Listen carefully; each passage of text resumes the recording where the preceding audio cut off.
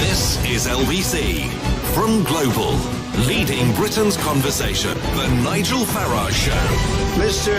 Nigel Farage. Thank you, Donald, and good evening, everybody. Well, what a remarkable bank holiday Monday. 28 degrees centigrade in Northolt, West London, 27 in Northampton, in Suffolk, in Hampshire, in Doncaster, a little bit lower in Surrey, 26.5, same in Oxfordshire, Worcestershire, Wiltshire, 26.1 in Gravesend in Kent. Tens of millions of you enjoying a really absolutely stunning bank holiday. I saw a photograph of Southend Beach. I can't imagine how many tens of thousands of people were there. At the moment, the traffic apparently isn't too bad out there, which says to me that people are making the best of it and saying, well, I'll tell you what we'll do. We'll come back a bit later today because it'll be quieter then. I suspect that won't be the case. The big event of the next few weeks, the big global event of the next few weeks, is going to be this amazing, dramatic meeting that'll take place between Kim Jong-un from North Korea and Donald Trump from the United States of America. They've agreed to meet at this demilitarized zone. I can sort of already see the image of the two men walking towards each other. It's going to be absolutely huge.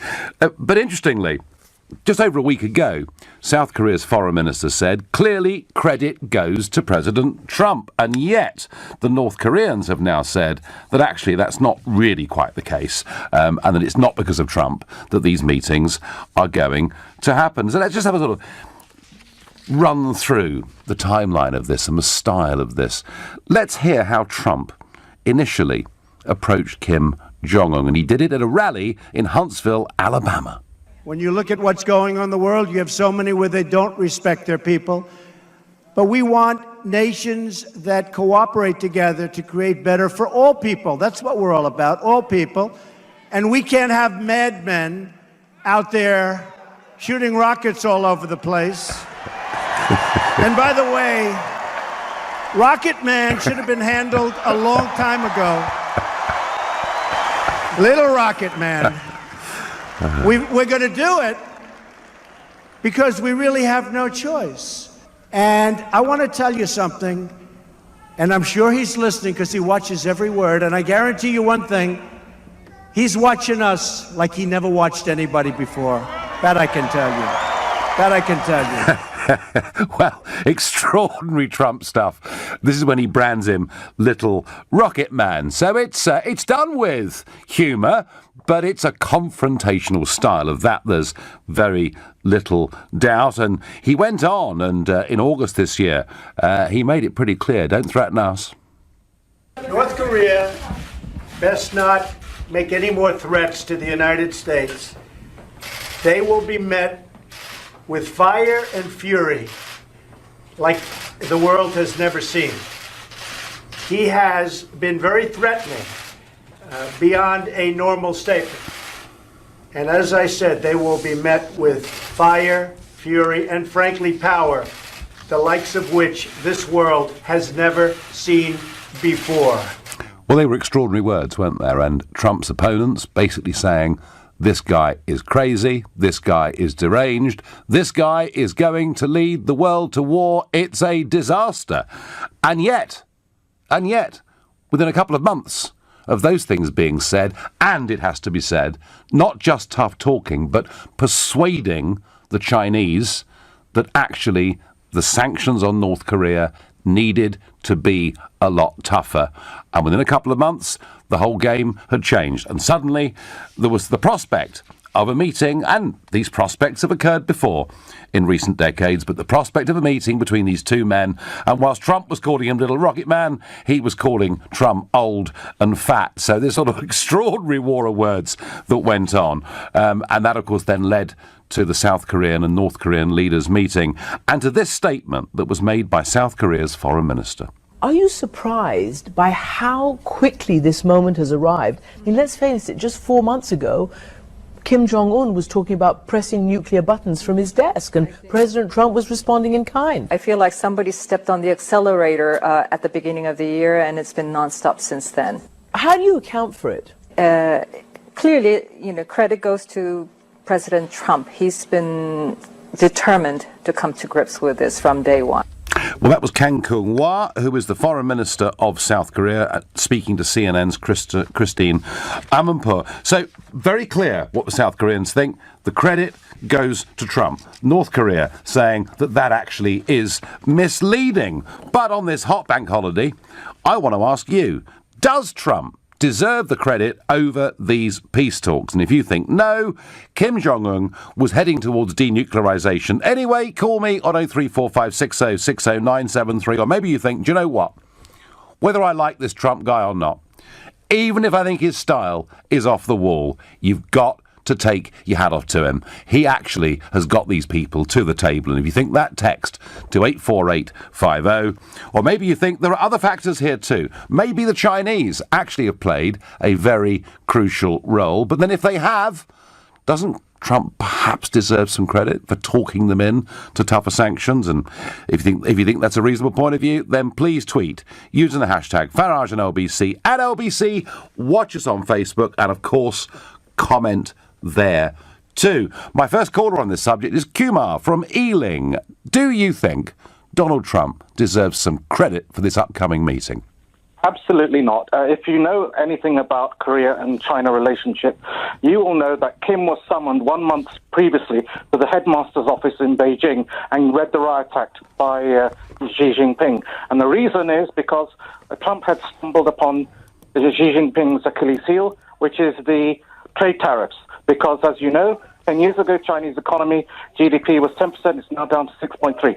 That's a collapse of 40% in 10 years. He cannot afford for a further stutter in the economic performance of China. The other thing I would say is if you know President Kim and accept that he's a tyrant, dictator, and an ego to boot, and that the America is considered as the devil, do you really think he's going to cower to President Trump? I really think that's... well, he may not be cowering, Kumar. I mean, some people argue that by Trump agreeing to meet him, he's actually making the leader of a very small, poor little country. He's actually giving him a global status, so some view it the other way round.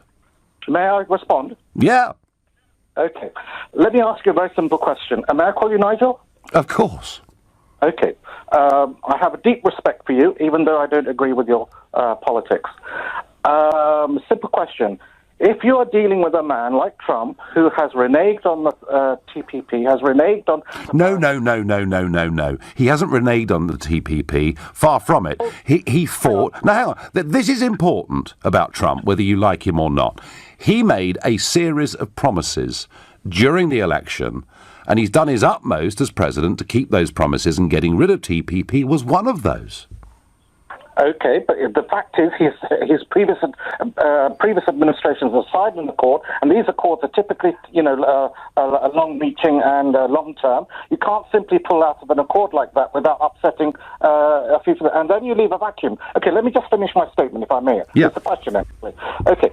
If you are dealing with a man across the table, like Trump, who you know has let's say, reneged on the Iran JCPOA accord, No. I'm sorry, Kumar. You really are missing the point on this. You know, one of the reasons we voted Brexit, one of the reasons America voted Trump, is we're sick to death of governments signing us up to international agreements and expecting successive governments to be bound by those agreements. That is not how the normal democratic process works. Trump has not reneged on anything. He made a series of promises, be it Paris, be it the Iran deal, whatever it is, and he's actually carrying that out, Kumar. No, excuse me, I totally disagree with you. The whole point of agreements is that they have a long life shelf. And that's why, Kumar, the revolution of 16 happened. That's why we voted Brexit. It's why we voted Trump. We've had enough of this international order where we get signed up to stuff that we as voters are told we can't change. Finish my question, sir.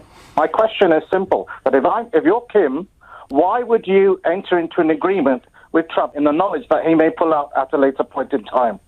Because you know that, well, and hey, this cuts both ways, doesn't it? I mean, any negotiation, any agreement, either side could cheat, one doesn't know. But my guess, Kumar, is that Trump has shown real strength. He's shown some unpredictability, I would say, on foreign policy. People can't quite read him. I mean, the couple of strikes that he's done on Syria have surprised many, indeed, of his own supporters. So Kim, is clearly thinking, gosh, is this guy going to try and take out all my missile sites? But the other real incentive for coming to an accommodation with America is that then China can ease the pressure of sanctions. And I don't know accurately any more than you do, but it seems that there are millions of people in North Korea who frankly haven't got enough food. No question about that. And I live at the end of my road is the North Korean embassy, and it's opposite the embassy is a tennis club. And I once met a Korean the person there who later was, I found to be deputy ambassador, and he defected. And he told me he wanted to know, because he found out I'm an investment banker, he wanted to know how the stock markets work. So one day I sat down with him and explained it. And in return, he told me some nuggets about North Korea. This is a closed society. They're totally brainwashed. They have been led to believe they don't have internet access. They don't have any media access to the outside world. They don't get visas. They're not allowed to travel. So they are basically what's known as Stockholm syndrome. They're active, and because they're suffering so greatly, they will do anything to please their dear leader. And if you know that makes you behave in a extraordinary fashion. You may be right. I mean, that may well be true. But Kumar, I want to put this final point to you. President Obama, when it came to North Korea, when it came to them developing missile systems and weapon systems, chose to pretty much bury his head in the sand. When Trump came to power, he viewed North Korea as a genuine threat to world peace. Don't you think he deserves some credit for waking the world up to what the threat is and for actually moving things on? May I respond? Yeah.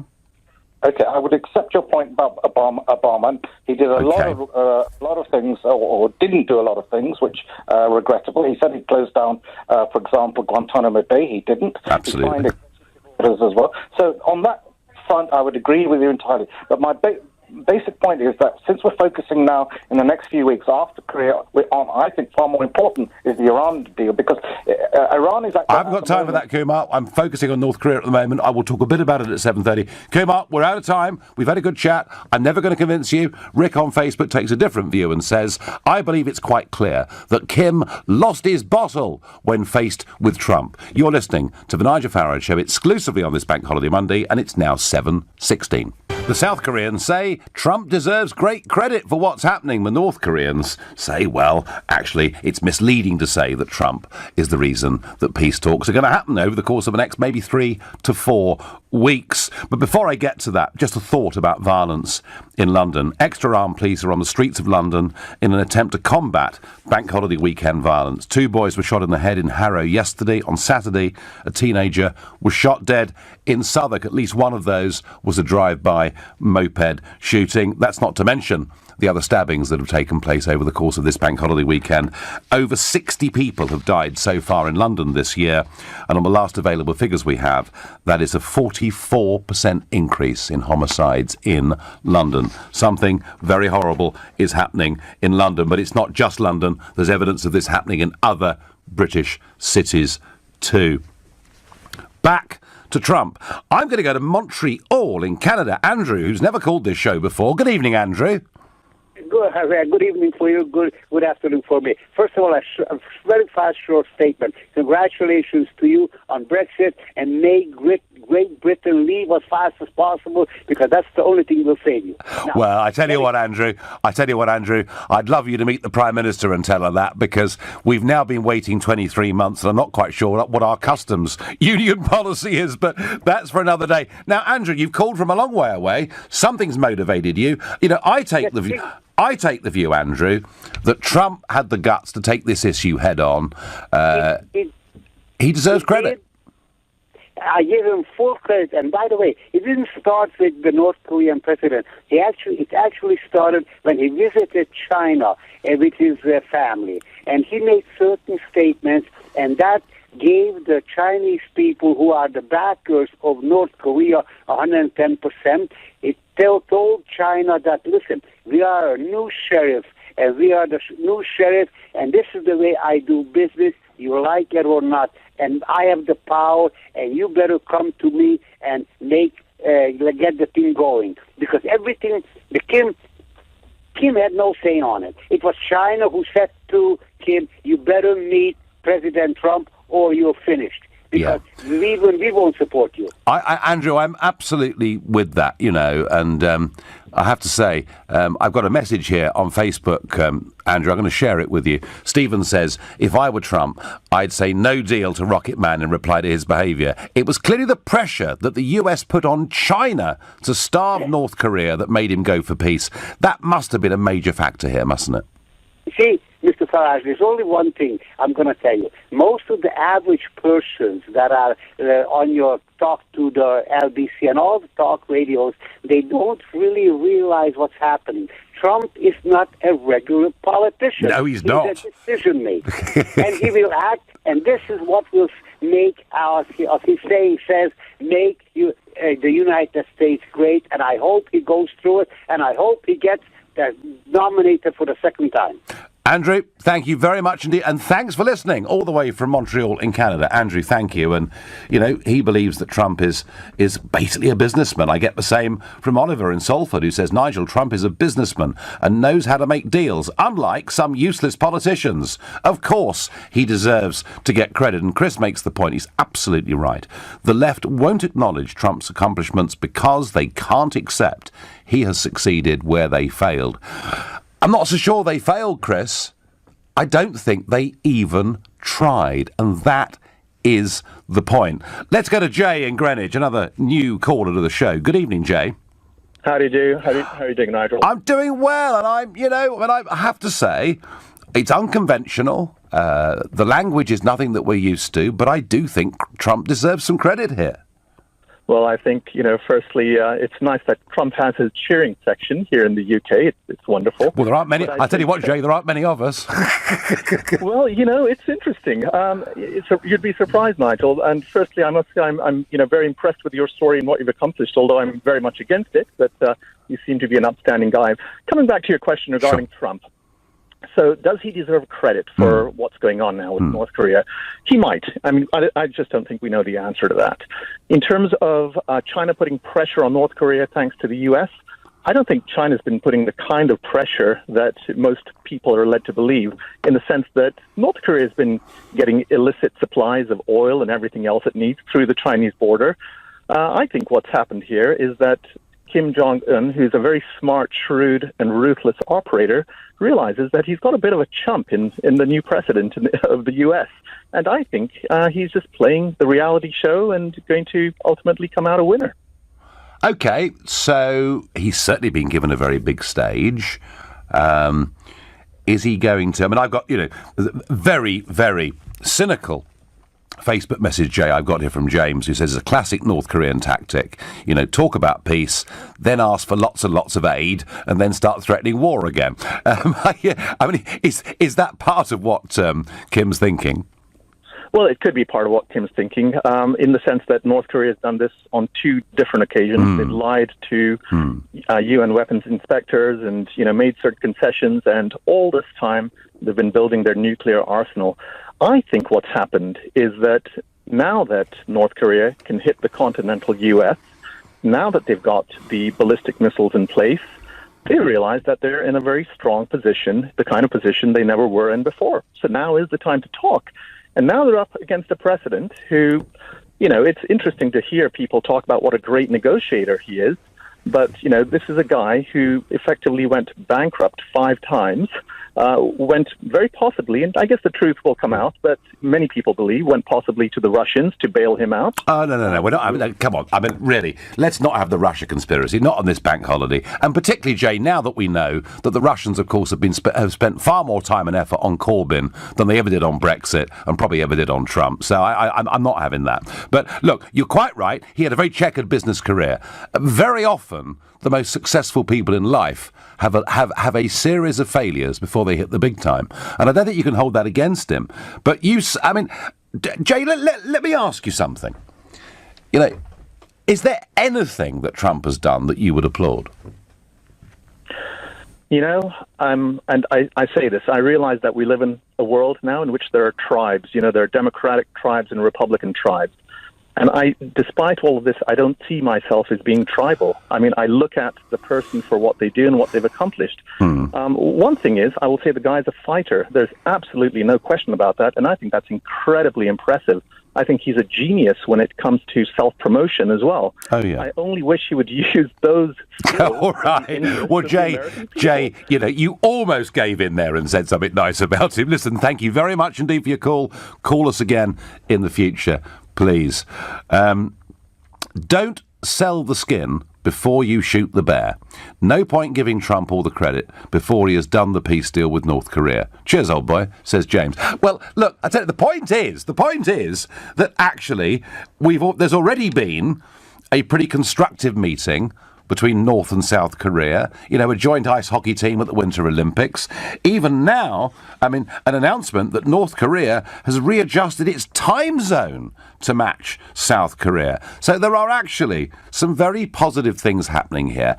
And this American president, you know, actually had the guts to go to China, went to Beijing, and he's now managed to broker this meeting. I think, you know, please, surely, and you know, Will was saying we mustn't be too tribal, but people are being very tribal about this.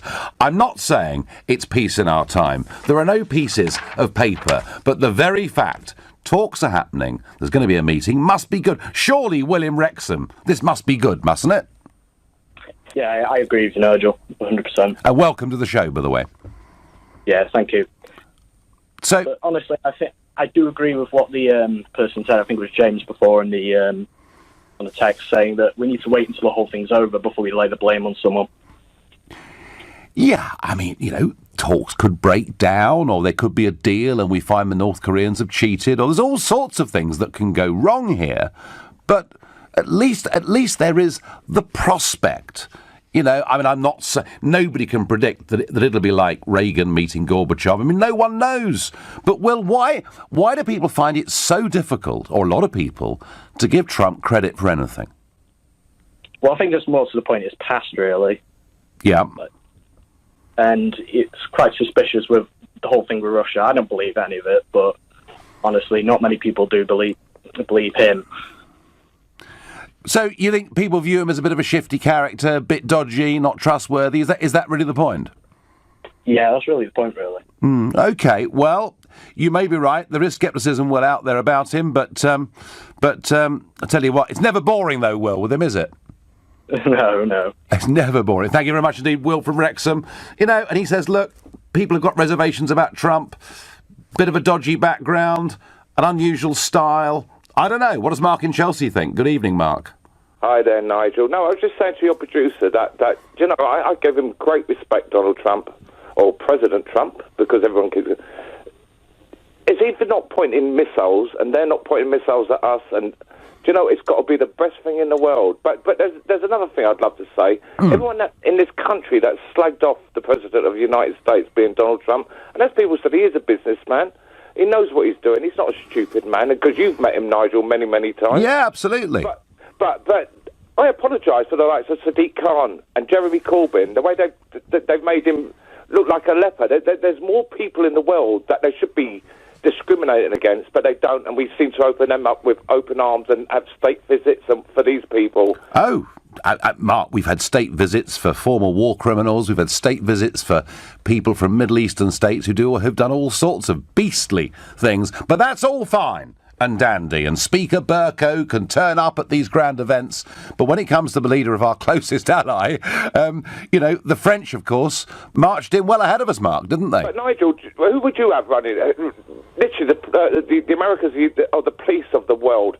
Who would you have running that? Would you have the Chinese? Would you have the Russians running it? Because at the end of the day, then if the America pulled away, Britain pulled away, the world would be in chaos. No, I think the relationship between us and America, both in military terms, although of course our military's diminished hugely in the last decade, but in military terms and in intelligence terms, it is an absolutely vital world relationship. It was vital a couple of times back in the 20th century, and who's to say it could be vital again at some point in the future.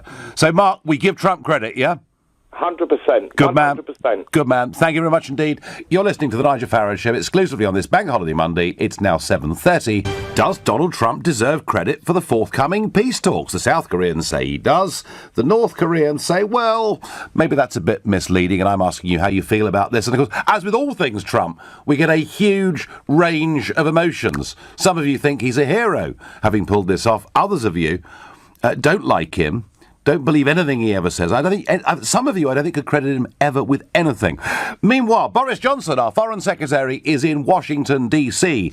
He's gone out to meet John Bolton, the new National Security Advisor. He's gone to meet Mike Pompeo, the relatively new Secretary of State, but he's not meeting President Trump.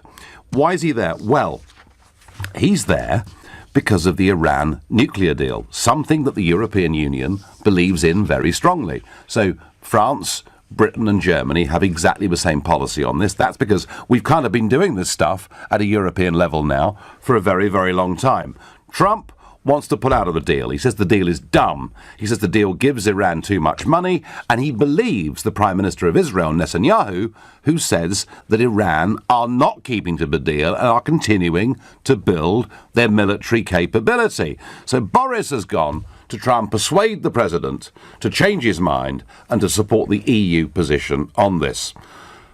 Boris, you could be there a very, very long time, in my opinion.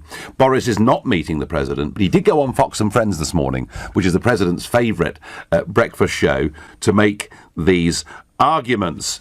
But Boris has had some nice things to say about President Trump, echoing something that I brought to you on this show a few weeks ago. This was Boris Johnson speaking to Sky News. If he can fix North Korea, and if he can fix the Iran nuclear deal, then I don't see why he's any less of a candidate for the Nobel Peace Prize than Barack Obama, who got it before he even did anything. Well, Boris, that's quite right. And we made this point here just over 3 weeks ago, that Obama got the Nobel Peace Prize not for what he did, for what they thought he might do, because he was nice. Really, really nice. And of course, in the end, he achieved, certainly in terms of foreign policy, pretty much zip. I'm not suggesting Trump should get the Nobel Peace Prize yet, but if this meeting goes well, then I think he should. Not sure that'll happen. Well, one person who thinks he does deserve credit is Ian, who says to me on Twitter, I lived in South Korea for 3 years and I've got friends there. They certainly are giving massive credit to Trump. They have become sick of liberal politicians making empty promises. Interesting point. John on Facebook. Oh dear. John says, Trump did nothing but threaten North Korea with his I've got a bigger nuclear button than you have, and discourage his Secretary of State from talking to the North Korean government. He lacks diplomacy, cannot construct a sentence in English. He lies, then forgets his own lies, and lies again, and insults people without even trying. No credit. John, it's a bank holiday. I mean, lighten up a little bit. But there we are. But, you know, John, there are quite a lot of people in this country who take John's view. They just cannot stomach Trump in any form whatsoever. Now, one of the interesting features tonight is virtually everybody that's calling has never called the show before. It must be different patterns of behaviour on a bank holiday. Perhaps the sun's got to them. I don't know. Alan is calling from Bromyard in Herefordshire. Good evening, Alan. Good evening, Nigel. And tell me, how warm was it today in Herefordshire? Nice and warm. Nice and warm. Done outside. Just brilliant. Now, Alan, you've never called before, so you must feel strongly on this. I do indeed. I think a lot of what's being said is not very close to the truth. And I think I'd like to start by saying when we all know that the pen is mightier than the sword, but when the man armed with a pen meets the man armed with a sword, there's only one winner, the man with the sword. And one of the things Trump did was to remind Kim that his nuclear button was a lot bigger than his. Yep. And the idea that somehow we should be afraid of North Korea's nuclear capabilities as they exist at the moment is something to be concerned about. It's a load of rubbish. They're pathetic. I mean, they've never actually deployed a nuclear weapon in anger, whereas the Americans did that in 1945 twice. So, and they've developed weapons ever since. So Trump is speaking from a very much stronger position than Kim, and Kim knows it, and he's been reminded of the fact. Do you think, Alan, you know, I mean, that fire and fury speech, I mean, quite extraordinary words to hear. Do you think Kim was just a little bit frightened of Trump? I think he was. I think, and possibly with the help of the Chinese, explains to him that he jolly well ought to be.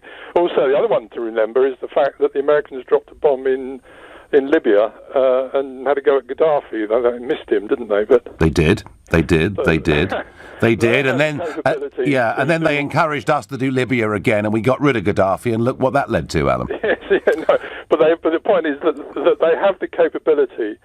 And the other thing to bear in mind in relation to North Korea and their so-called nuclear capabilities is that when Kim says, yes, let's get rid of nuclear weapons on the Korean Peninsula, they will still have a very large number of non-nuclear weapons only a few miles away from Seoul that they can drop a large amount of armaments on. And they've probably, in military terms, they've got a very strong army, lots of soldiers. So if there was no American presence in the Korean Peninsula and there were no nuclear weapons, then Kim would be in a very strong position to reunite the whole of the Korean Peninsula as North Korea. Yeah, under that ghastly form of government that leads to poverty and misery. Yeah. Yeah, and people don't seem to be concerned or completely closing their mind to that possibility. And then so that takes us back to China, because one of the things I think China have probably not been too helpful to what we might call the Western position is that they're obviously in competition with America. China wants to be top dog, and the more they can rub up America the wrong way with using North Korea to make life difficult, the better it is for them. But I think Trump's called their bluff on that one. Oh, yeah. No, I do. So, Alan, a Nobel Peace Prize for Trump if this all comes off? I think undoubtedly. Yeah. Great man. Good stuff, Alan. Thank you very much indeed. Nigel, your love affair with Trump is bordering on hero worship. Please try and be a bit more objective, says M. Well, I tell you what, I've been very critical of some of the airstrikes that Trump has launched. I really have. And to the delight of some of the left-wing media and newspapers and radio and TV programmes. I also have to say, and I'm going to say it again, I think the sacking of James Comey was the biggest mistake that Donald Trump has made as president, because it has led to Mueller, it has led to this endless Russian nonsense. So I am quite prepared to be critical, but I have been a cheerleader for Trump in this country. And do you know something? Actually, to begin with, I was on my own. There was virtually no one else in elected politics in Britain had a good word to say for him. And I'm quite used to being the underdog, really, aren't I? Nigel, if Trump hadn't said Brexit was a good thing, these people on the left would welcome him with open arms. Yvonne in Telford, I'm sorry, I'm not so sure they would. Kevin is calling from Huddersfield. Another new caller. Kevin, good evening. Good evening, Nigel. You okay? I am very well indeed. But a gorgeous weekend. Gardening, bit of fishing on Saturday. It's all been pretty good, really. And I'm, I just still amazed at some of the real venom that even the mention of the name Donald Trump seems to bring out of some people. I think there's a lot going on in the background that we don't know about. There really is. Okay. Yep. Well, you'd know that, wouldn't you? So, what is that the right word? Well, what annoys me, I won't swear. No, please don't. There's lots of kids sitting in cars coming back from Southend and elsewhere right at the moment, so please don't, Kevin. Yes, the poor things are stuck in traffic jams on the M5. I bet there's a few out there, yeah. It's the left-wing media who spin nothing but absolute garbage, okay?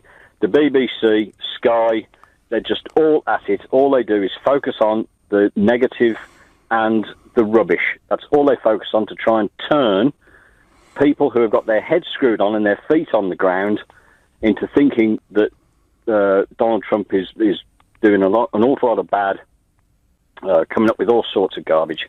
And it's just wrong. And, of course, then you get your armchair critics. No, he's not doing that. Oh, God, look what he said. And they don't stop and think about what's going on in the background. Kim Jong-un has been pushing, obviously, launching missiles, buttons for ages to get attention and to say, look at me, right? Now, he's been throwing his weight around. All of a sudden, it takes somebody who's got a pair and a backbone to stand up and say, now, hang on a minute, young man. Just you pack that in, or else there's going to be problems and you're going to get trodden on. Nobody else has said it except Donald Trump. And I think Donald Trump ought to be running our Brexit talks. So do I, Kevin. Because, do you know what? I reckon if Trump was running our Brexit talks, it would have taken him less than 23 months to work out what our position was with the customs union, wouldn't it? It would have taken him 23 minutes. Yeah. If that, you know? Yeah. I know. Kevin, thanks for your call, mate. Absolutely. Nigel, RE credit to Trump. It is a rooting, tooting, thumb-punching, big, fat yes from me, says Linda. A rare text from me. She says, how refreshing to hear folk backing a big mouth like Trump. Let's hope he can handle Putin next. Well, yeah, let's see about that. Putin swearing in today, 18 years now. Putin has held one of the two top jobs in Russia. If you want peace, you need to show your strength and power. Trump is the best president the country has produced since Ronnie Reagan, says Ian. So there's a bit of support coming in for Trump, but those that are against Trump are really against Trump. And what I get here from Jim in Catford is Trump could discover the cure for cancer, end world hunger, and create peace in our time. However, the left will always poo-poo anything he does. Jim, you're absolutely right. They always would, and they always will. And it was the same with Reagan, you know. The left hated Reagan because of his style, because of his radicalism, and even when he led America to unprecedented economic success and wealth creation, particularly for those at the lower end of society, they still could never, ever do anything than say that he was stupid, he was too old, he was no good. They never credited him with anything, and they never will either with Trump, whatever happens in these talks with Kim Jong-un. You're listening to The Nigel Farage Show exclusively on this Bank Holiday Monday, and it's now 7:45. And on this Bank Holiday Monday, I bet there were huge numbers of people in this country on the beach, out in dinghies, sailing, windsurfing, you name it. We're an island. You're never, ever that far from the sea anywhere in the United Kingdom. And because of that, one of the charities that I really have supported over the course of the last 35 years or so is the RNLI. And I've got to know quite a lot of the people that work within it. And I've always had huge admiration for them. Nearly everybody that works for the RNLI does so in a voluntary capacity. They are not paid. They don't get salaries. You know, maybe the engineer who's there full time gets a salary, but most of them, the vast majority of them, do not. And it's very, very sad to see what's happened in the last couple of weeks. 2 crew members in Whitby have been sacked. Why? Well, there were mugs on their desk that were thought to be inappropriate. They were Secret Santa presents. They were pictures of the guys' heads superimposed on naked women's bodies. I don't know whether they'd done anything else wrong, but apparently those items would have been offensive had school children been visiting the boatyard. And to add to that, just 4 more crew have voluntarily walked out, and this is not a good thing. But to add to that, in both Jersey and Scarborough, we've seen quite senior lifeboatmen sacked for unauthorised launches. In the case of Scarborough, the guy went out without other qualified crew. He went out to help somebody. He'd been with the RNLI 33 years. He was something of a legend up in Scarborough. He'd already got an MBE for his work. And I tell you what, if the RNLI chooses to become corporate, chooses to behave like a big, big company when it's dealing with volunteers, they'll be in danger of actually wrecking the 4th emergency service in this country, and one that acts on a voluntary basis. I hope the nonsense stops there. Back to Trump. The North Koreans saying it's misleading to say that it's Donald Trump that has led to the upcoming peace talks. The South Koreans giving him full credit for it. And I think, look, you've got to give him credit for it, but not everybody agrees. Anthony is calling from Staines. Good evening, Anthony. Nigel. Hi there. Well, yes. Well, I think Trump indeed is the catalyst for huge change that's coming, not only in Korea, but let's not get too ahead of ourselves, but in China too. I think that this push to democracy and reunification of South and North Korea will be irresistible. It will move forward at quite a rapid pace. And I think we'll see this year great moves in Korea. Because let's not forget, we have the games, and I think Kim can see that he can't keep his country in the Stone Age any longer. Yeah, I wondered, Anthony, about that, because I had a caller earlier who said, look, all the people that live in North Korea, they've all got Stockholm Syndrome, they're all stuck part of the system, they all love the dear leader, but I wonder, Anthony, if they really are starving in their millions because of the threat of sanctions, maybe Kim sees actually the writing is on the wall for his administration in the medium to long term. I think he does, because he's seen the way that Gaddafi went, he's seen the way that Saddam went, and he knows that's the way he's going to go, because this thing is a domino effect, isn't it? It just takes one domino, okay, and then the rest fall. So you are really big-time optimistic about all this, aren't you? Well, I am. I mean, we have to be slightly cautious, but I don't want to be sell this too much, but I do think we're going to see what happened in the Eastern Bloc is going to happen to the rest of the world that was left behind after that process. Let's not forget, we left people still under communism and still under, really, Marxism, and look where that's led everyone. So this is part of a bigger global... Very interesting. And you don't honestly think that could extend to China, do you, in the short term? Not the short term, but I think Korea will be the catalyst. Because, Chinese people have been held back for so long, haven't they? Why can't people, determine their own future in the 21st century? For such an enterprising people to live like this is just appalling, isn't it, in this century? Yeah, I mean, these totalitarian regimes always lead to total disaster, don't they?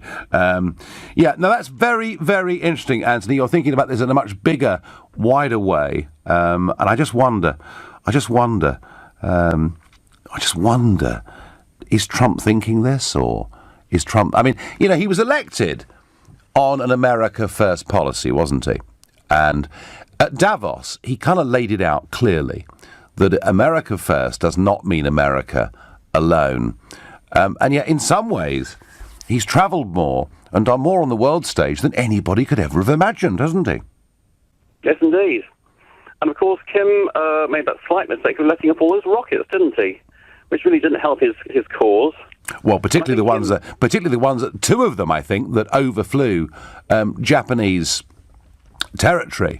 And that was really seen to be a very threatening act indeed, wasn't it? Yes, it was. I mean, we were talking not that long ago about World War III. And I think Kim can see the writings on the wall. Very, very interesting. So what does Kim do here, then? He sort of does a big deal, and he becomes a sort of global hero, does he? Rather maybe like a Gorbachev. He's someone who sees the writings on the wall for the administration, and it's time to modernise and move on. Well, I think so. I think there's got to be a clean slate, because they learned on the system anyways. Kim is a victim as much as anyone else, of an appalling system. And I think rather than recriminations, we've got to see some, well, I won't say South Africa is a good example, but something like that we don't have those show trials, and that we have a peaceful future for Korea. Yeah, well, I hope that's right. I mean, clearly this event, when these two men meet, is going to be absolutely huge. And could lead to remarkable things. And yet, Anthony, when he comes to London on the 13th, he comes to the UK on the 13th of July. We don't yet know the exact itinerary, but I think it sounds like there is going to be a London visit. And yet we've got organisations like Amnesty International, people that campaign for peace and human rights, who were talking about taking part in a huge carnival of protest. Is it about time some of those people perhaps reconsidered their position? They should indeed take one long running jump, because this is a great opportunity for us too, for the trade, and I think there's something else that Trump will also move in on. Yeah, I mean, I had a debate with one of the leading figures in Amnesty, making a variety of accusations against Trump. And I made the point to her. I said, Obama kept Guantanamo Bay open, had a military surge in Afghanistan, continued to support the death penalty, and a whole range of things that Amnesty International say they're very, very against. And yet when Obama came to Britain, I didn't see any large-scale street protests. No, indeed. But I'll make one last point, and that is I think Trump will be a catalyst also for Northern Ireland to get this border dispute moving. Well, I wonder about that. Trump, of course, has friends on the Brexit side of the debate, but, of course, he also has met several times with Gerry Adams. So he does know some of the Irish nationalist camp as well. Now, he is due to be coming to Dublin. And I even heard rumours he could possibly consider maybe a visit to Belfast. Anthony, thank you for your call. Yeah, does Trump see himself as a peace broker over the Brexit, Northern Ireland versus Republic of Ireland process? I don't know. He may well do. But it's difficult to think of anybody who actually could have a meeting with Gerry Adams and also the leading Brexiteers as well. I don't know. Let's see where we go with that. Lots and lots of messages. Very possible there are many elements that may have caused Kim to fold. But the fact is, since Trump is in office, and because of his nature, all leaders of the world are dead scared of him. They're all pulling up their socks after years of delay because they do not want to get him irritated. So all credit to King Trump, says Norman. Trump, fab job. Keep off Twitter.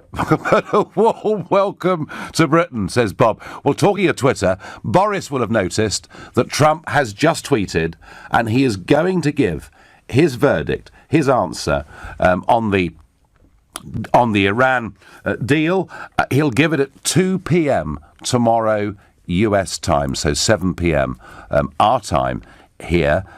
So I'm guessing that'll be a live press conference, and I'm thinking we're going to be on air, aren't we? So I think we're going to be going to the White House tomorrow live at that time.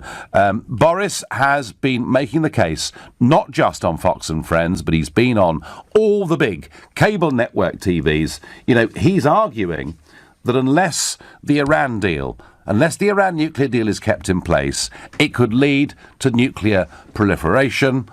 Israel are making the point, and one that has convinced America, certainly, and I'm reasonably convinced of it, that in fact Iran are not playing with a straight bat, they're not playing the game, and then that they need to be called out on it. So Boris will be very much on tenterhooks, waiting for that to come up tomorrow. Bush, Clinton, Bush too, Obama got nowhere with North Korea because they appeased the bully.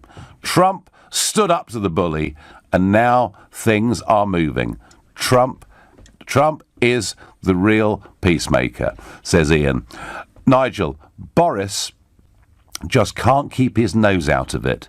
He will only make matters worse, says Mick. Well, Mick, you know, the truth of it is, Boris actually has been very praiseworthy of the president over what he's done on North Korea, but he wants America to take a completely different foreign policy position. And I, you know, knowing John Bolton and the way he feels about this stuff, I do not believe for one moment you're going to see the president moving in Boris Johnson and the EU's direction tomorrow. We'll see. You've been listening to the Nigel Farage Show here on LBC. I'm back tomorrow night at 7 for that press conference. Enjoy the rest of the evening while you listen to Clive Bull, who's up next. Nigel, thank you.